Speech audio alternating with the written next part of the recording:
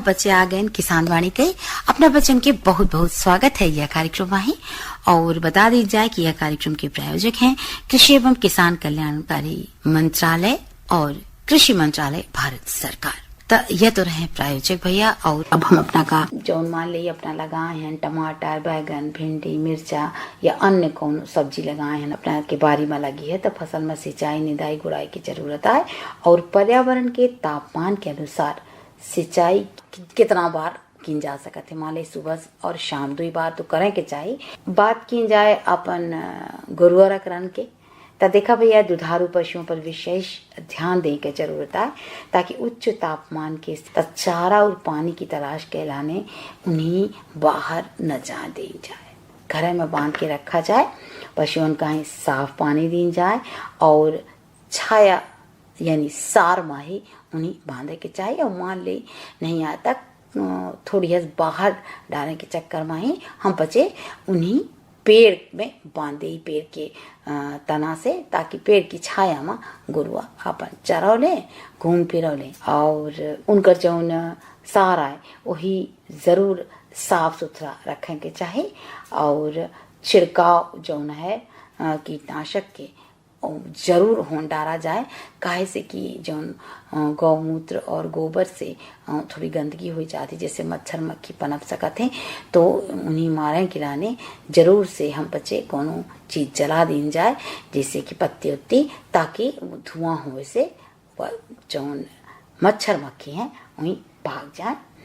और अपना से तो यह कहा हम बच्चे कि उनकर सार माई 4 से 5 घंटे के अंतराल में ही हम ही ये छिड़काव करेंगे चाहिए। अब सोची था एक बढ़िया लोकगीत अपना का सुनवाओ तो आवाज सुना जाए।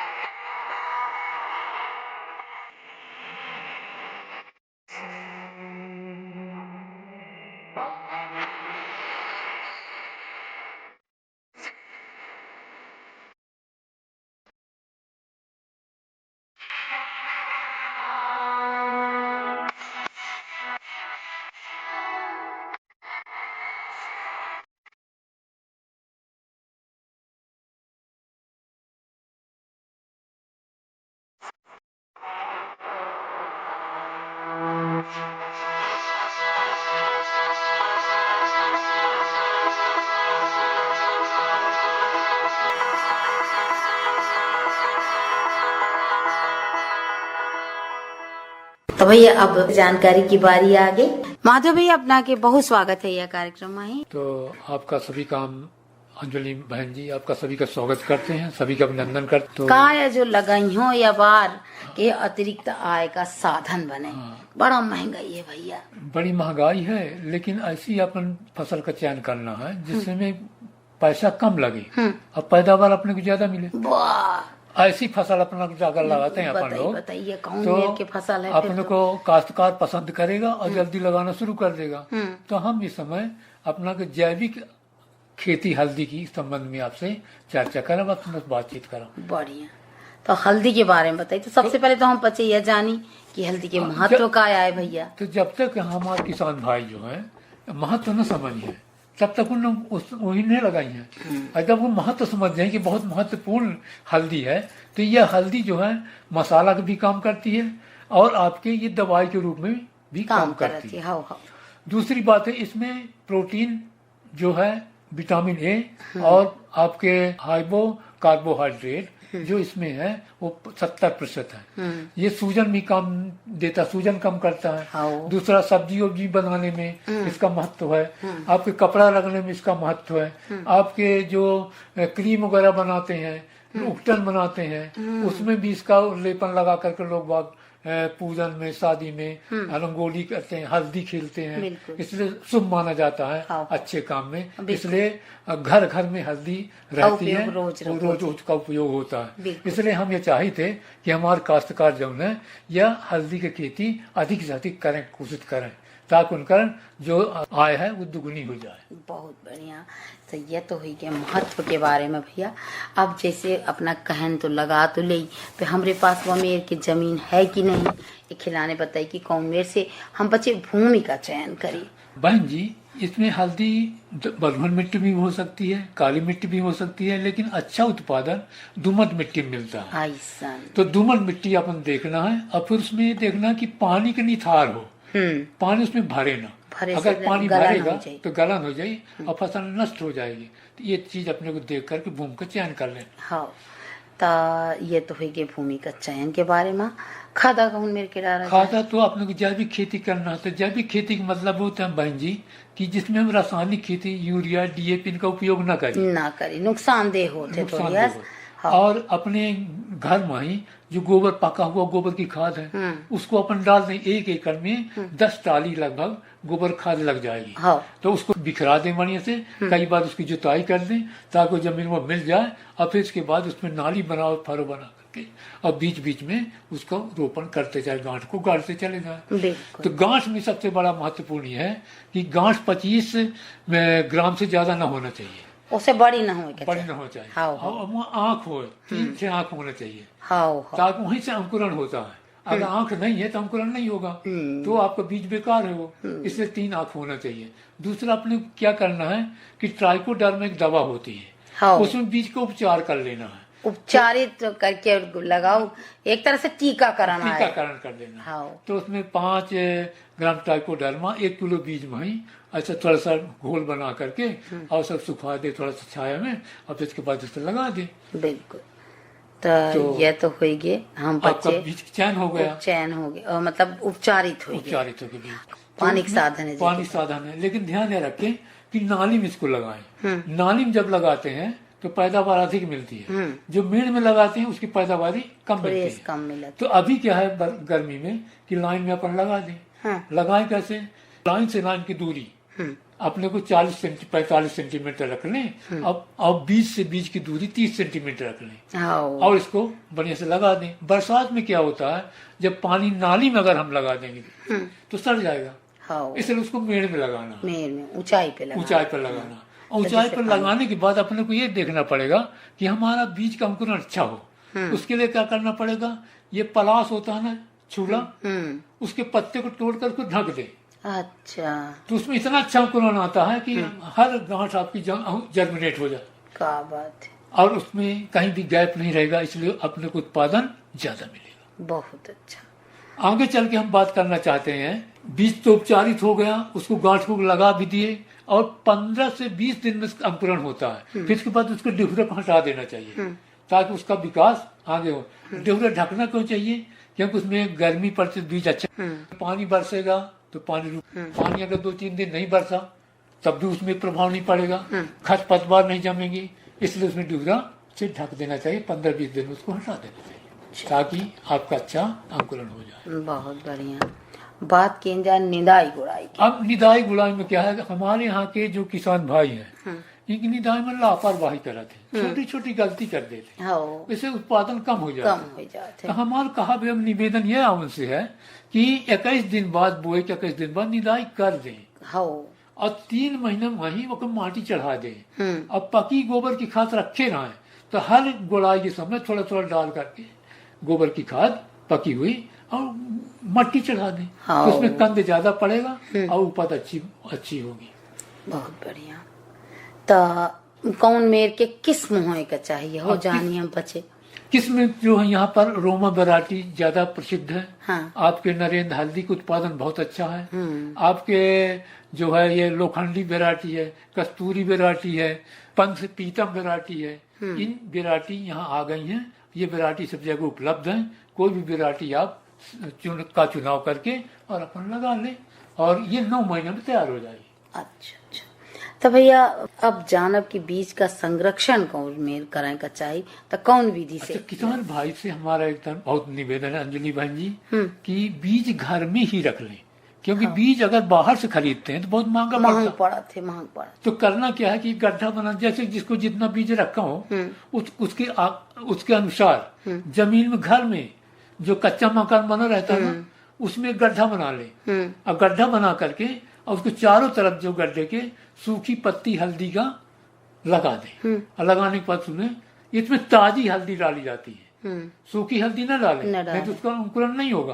ताजी हल्दी डाल करके उसको बंद कर दे। हाँ। 3-4 महीना वो बीज आपको उसी प्रकार रखा रहेगा। फिर आप उसको निकालिए, निकाल करके थोड़ा पानी सींच दीजिए, उसमें अंकुरण हो जाएगा थोड़ा थोड़ा। इसके बाद खेत में ले जाकर बुवाई कर दीजिए। हाँ, ये बढ़िया है। तो यही कहा थी गड्ढा भी थी। अब तो चला बन गए हमार गड्ढा होई बन विधि से हम बीज का संरक्षण कर डालें। अब बात आती कौन मेरे से हल्दी पकावा जाए। हम बच्चे एक बार लगाए रहे तो वहाँ वो रंग नहीं आवा रहा जो बाजार में मिला थी। तो बहन जी आपके माध्यम से मैं काश्तकारों से निवेदन करना चाहता हूँ कि हल्दी पकाने में अगर थोड़ी सी गलती हो गई तो पूरा उसका क्या महत्व जो है खत्म हो जाता है। तो सबसे पहले क्या करें कि हल्दी को लें और ले करके उसको अच्छे ढंग से धो दें ताकि उसकी मिट्टी साफ आ जाए। साफ होने के बाद फिर क्या करें, उसको एक ऐसे चाहे प्लास्टिक का टब हो उसमें डाल दें, रात भर फूलता रहे हो। फूलने के बाद उसको और धो दें। फिर एक बर्तन, लोहे का बर्तन न लें, भले आप घड़े में उबाल लें या पीतल के बर्तन उबाल लें, लेकिन लोहे के बर्तन में काला पड़ जाएगा। अच्छा। तो इसलिए जब उसमें उबालें तो उसी समय थोड़ा सा चूना डाल दें। जब चूना डाल देंगे बहन जी तो उसका रंग उभर आएगा। उभरने के बाद फिर उबालना है। उबालने में का संकेत है जब उसमें झाग निकलने लगे या उबलते उबलते हल्दी जैसे महक आने लगे, तब समझिए आप कि ये उबल गया। उबालना बंद कर दीजिए। बंद करने के बाद उसको 10 से 15 दिन सुखा दीजिए। और सुखाना कैसे जानेंगे आप? सूख गया, एक दूसरी गड्ढा बजाएंगे तो कट की आवाज आएगी। समझ में आ जाएगी, समझेंगे सूख गया। और इसके बाद अब क्या करना है, इतने में पैसा अच्छा नहीं मिलता जब तक उसको रंगाई न कर दें। अगर उसमें रंगाई कर देंगे तो हमको पैसा उसका अच्छा मिलेगा। तो क्या करेंगे बहन जी, एक 100 किलो अपन हल्दी बीज लेते हैं। हल्दी बीज ले करके उसको 4 ग्राम फिटकिरी और 2 किलो हल्दी का चूरन अच्छा उनका घोल पानी मिला ले। फिर गांव में सब कुछ तो रहता नहीं मिलाने का, टोकनी रहती उनके पास, 5 किलो 10 किलो ले लें और उसमें उसको घोल को डाल दें, ऐसे उसको हिला दें। हिलाने के बाद पूरा रंग जाएगा। रंगने के बाद उसको फैला दें, सुखा जाए। इसके बाद वो आपका बढ़िया हल्दी बाजार के लिए तैयार हो गई। आपको 4 पैसा ज्यादा मिलेगा। बिना रंगाए उसको बेचने से आपको पैसा कम मिलता है। इसलिए किसान भाई से मेरा निवेदन है कि हल्दी के बिना रंगे नहीं बेचना चाहिए। बिल्कुल। अब इसमें सबसे बड़ी बात है, हल्दी जो स्व सहायता समूह के लिए बहुत उपयोगी है, क्योंकि इसमें कोई ज्यादा टेक्निकल गलती नहीं है। टेक्निकल अपने को सोच नहीं है। क्या है कि हल्दी लेना है, हल्दी को ग्राइंडिंग मशीन भी आ गई है, उनको बढ़िया प्रोसेसिंग करके 100 ग्राम 50 ग्राम इनकी पैकेट बना लिए, गांव में भी बेच दिए। फिर ज्यादा अगर हो गया तो फिर पॉपुलर हो जाता है गांव, तो वहाँ हल्दी बनती है, वहां से फिर व्यापारी लोग ले आते हैं। तो बैठे बैठे स्व सहायता समूह की एक आय की साधन बन जाते। बिल्कुल, बहुत बढ़िया। तो यह एक अतिरिक्त आय का साधन बनावे के बहुत बढ़िया है और घर में भी उपयोग कर सके थे हम बच्चे भाई। घर की हल्दी के आनंद है, अलग आनंद है, क्योंकि स्वाद और महक और कलर सब कुछ बहुत बढ़िया। ये माना जाता है कि जो हल्दी और है जो रंगते हैं उसमें केमिकल भी मिलाते हैं। तो केमिकल नुकसान करता है। और हम इसमें जो जैविक खेती कर रहे हैं इसमें फिटकिरी और हल्दी का चूर्ण यही केवल रंग के लिए उपयोग कर रहे हैं, इसलिए किसी को नुकसान नहीं करेगा। दूसरा कहीं कहीं पर क्या करते हैं लोग बाग, ऐसा नहीं करना चाहिए, उसमें मिट्टी मिला देते हैं पीली हल्दी में। हाँ, उससे नुकसानदायक है, लेकिन लोग बाग ऐसा ना करें। सबसे हमारा निवेदन है, ऐसा नहीं करना चाहिए। क्यों, घर के लोग भी खाएंगे, अपने शहर के लोग भी खाएंगे, देश के लोग का उनको नुकसान हो सकता है। ऐसा नहीं करना चाहिए। 2 पैसा कम कमाई, लेकिन अच्छे से कमाई। तो माधव भैया अपना हमारे स्टूडियो में आए और चौन सुंदर अपना जानकारी दिए, अपना का बहुत बहुत धन्यवाद। सुना जाए यह बहुत सुंदर भोजपुरी लोग। भोले बाबा जगिया हो मोरे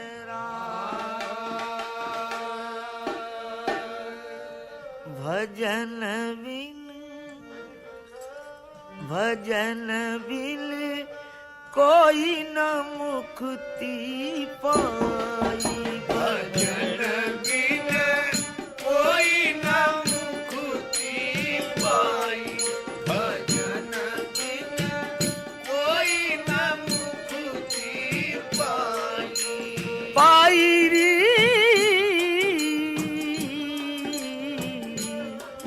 भजन बिन कोई मुक्ति पाई, भजन बिन कोई न मुक्ति पाई। राम कोई न मुक्ति पाई, भजन कोई न मुक्ति पाई।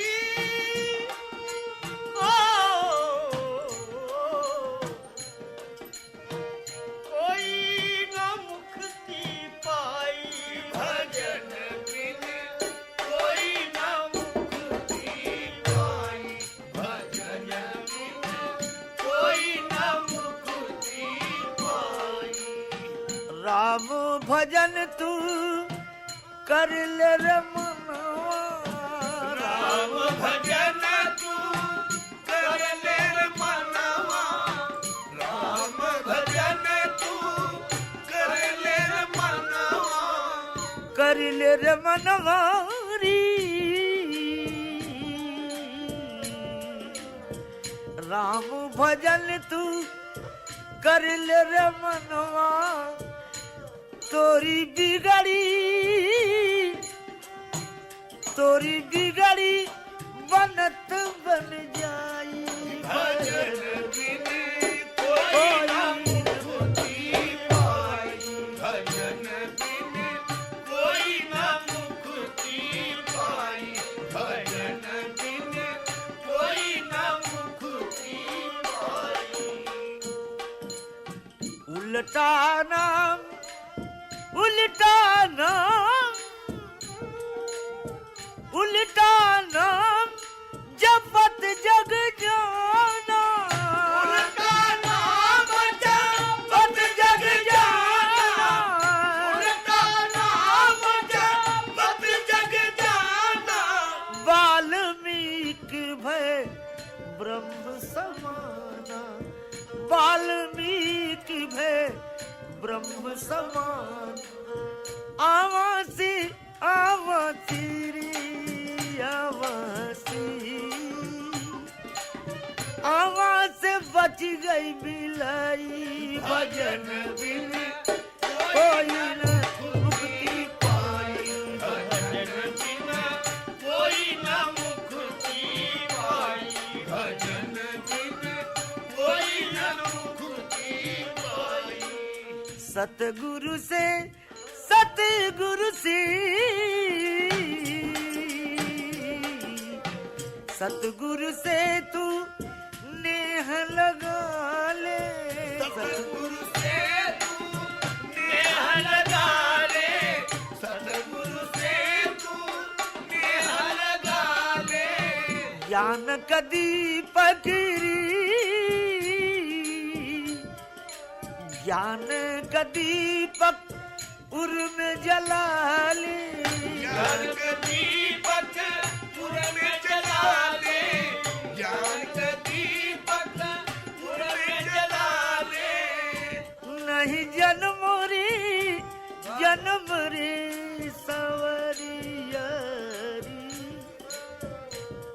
नहीं जन्म अकारथ जाई भजन बिन कोई न मुक्ति पाई भजन बिन कोई न मुक्ति पाई।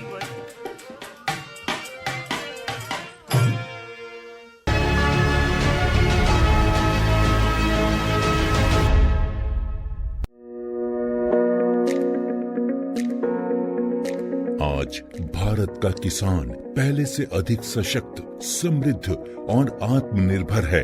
इसका कारण है माननीय प्रधानमंत्री श्री नरेंद्र मोदी जी के नेतृत्व में भारत सरकार द्वारा लगभग 10 वर्षों से किसानों के लिए चलाई जा रही अनगिनत योजनाएं, जैसे सॉइल हेल्थ कार्ड, प्रधानमंत्री फसल बीमा योजना, पीएम किसान सम्मान निधि योजना, पीएम किसान समृद्धि योजना, पीएम कृषि सिंचाई योजना इत्यादि।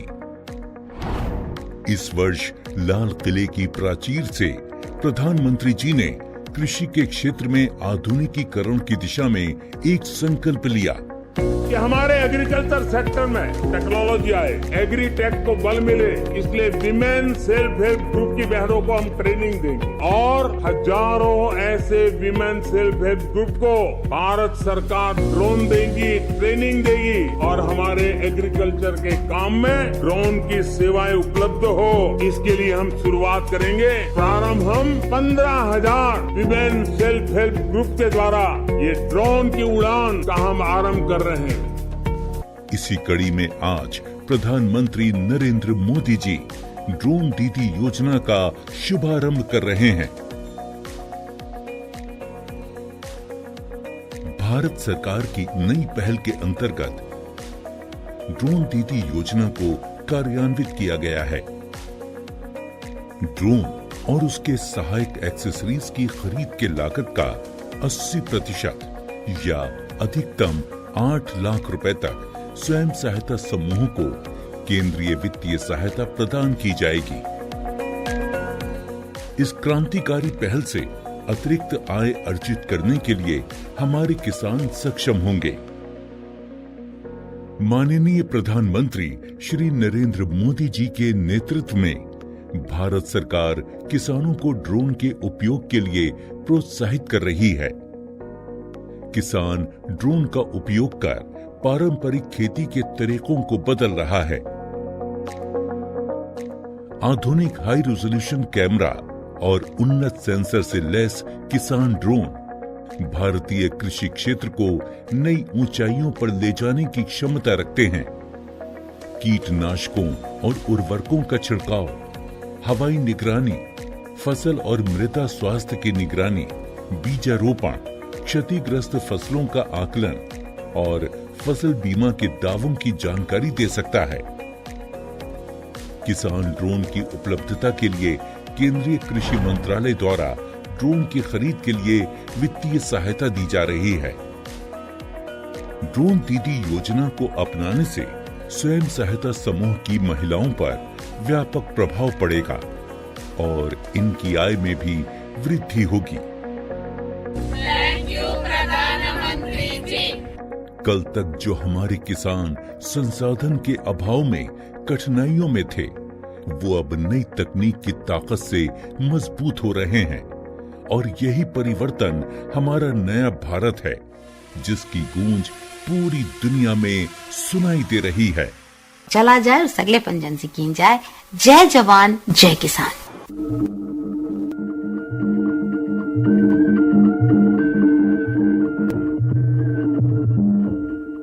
ये था किसान वाणी कार्यक्रम। इस कार्यक्रम के प्रायोजक थे कृषि मंत्रालय, भारत सरकार।